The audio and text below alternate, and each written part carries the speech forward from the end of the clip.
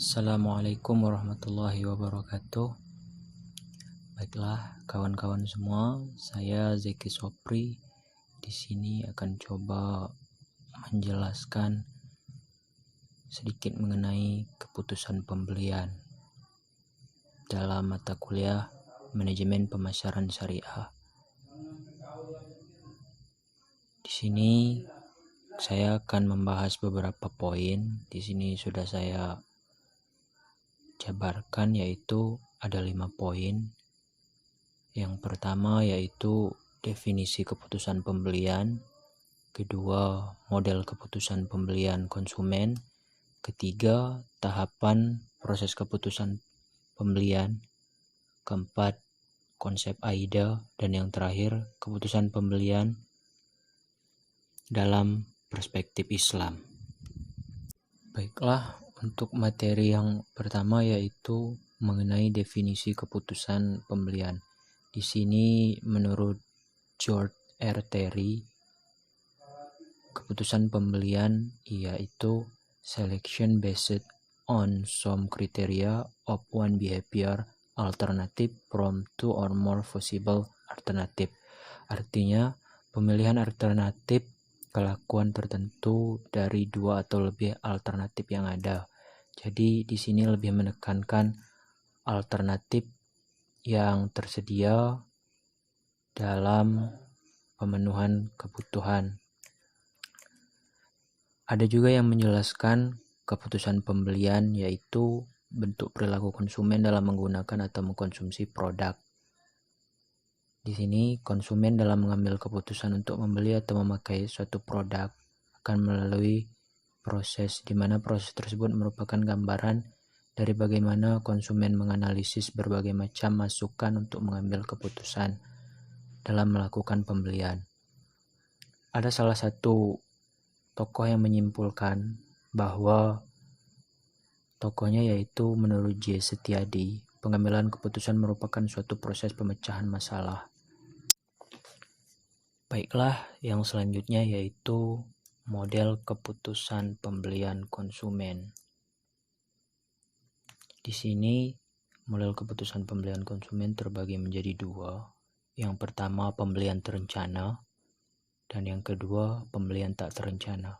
Pembelian terencana adalah perilaku pembeli di mana keputusan tentang item yang akan dibeli telah diambil ketika konsumen belum memasuki toko.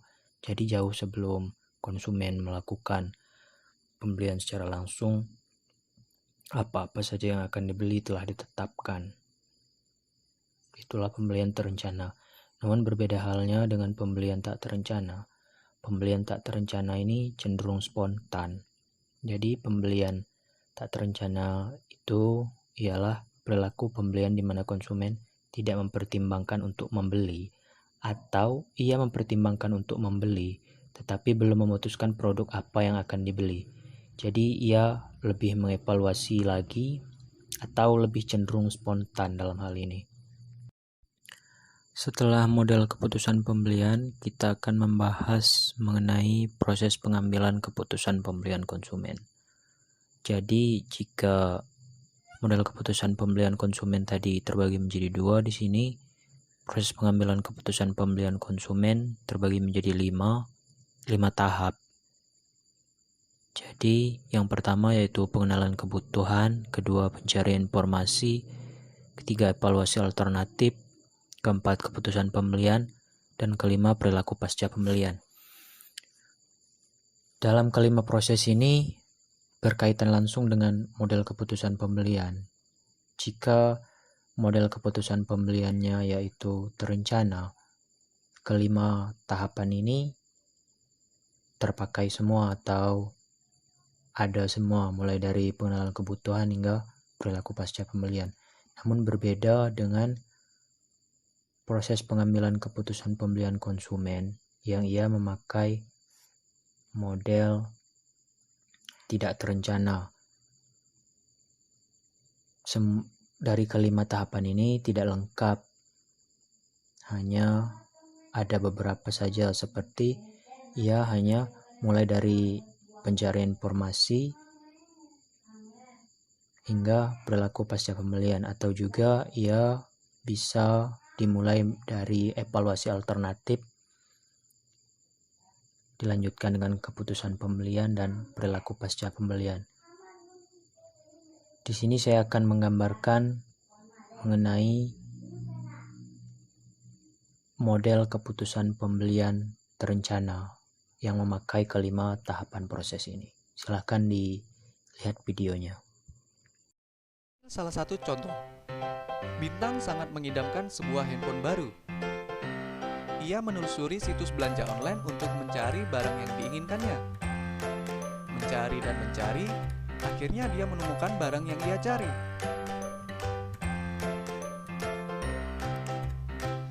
Lalu Bintang melihat bahwa spesifikasi barang yang ia cari sangatlah cocok.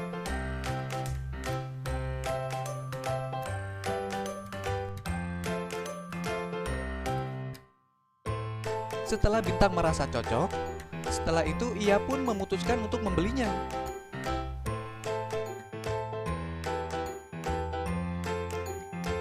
Keesokan harinya, barang yang diinginkan Bintang akhirnya tiba. Hal itu membuat perasaan Bintang sangat senang, karena HP yang diidam-idamkannya akhirnya ia miliki.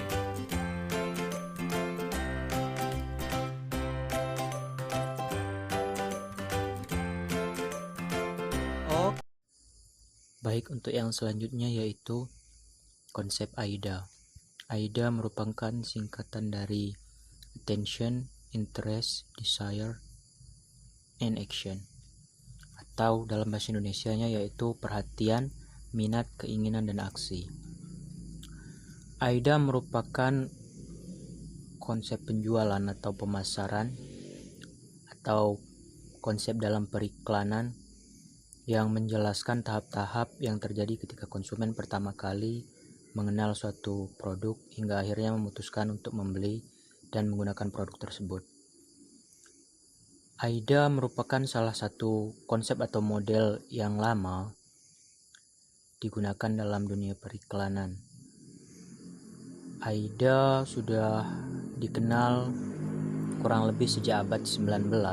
Konsep ini memberikan pemahaman yang penting dari sisi konsumen terhadap apa yang mereka inginkan. Saya di sini ingin menggambarkan apa itu konsep AIDA melalui sebuah video yang bisa teman-teman semua simak. Video ini dibuat oleh pihak Smartbrand yang menggambarkan apa itu konsep AIDA.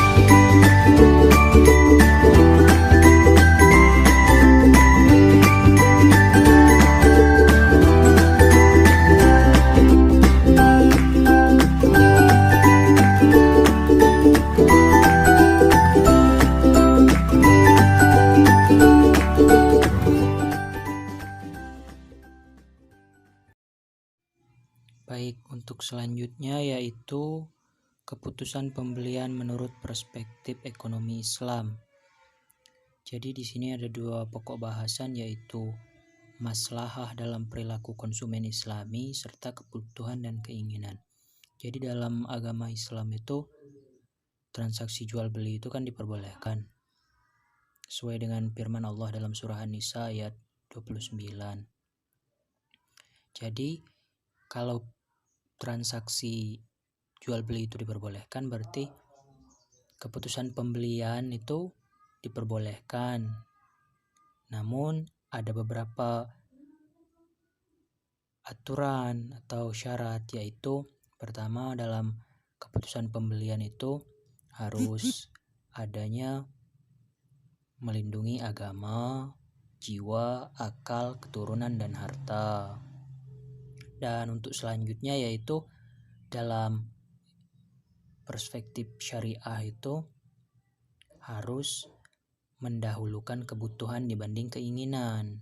Jadi di sini itu ada kebutuhan dan ada keinginan.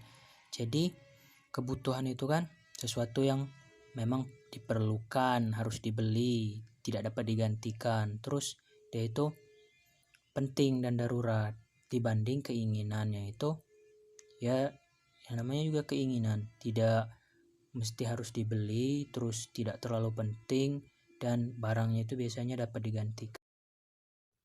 Baik, untuk selanjutnya yaitu mengenai studi kasus. Di sini ada studi kasus mengenai pengaruh iklan model AIDA terhadap keputusan pembelian di Shopee Indonesia pada mahasiswa FISIP Uniska MAB.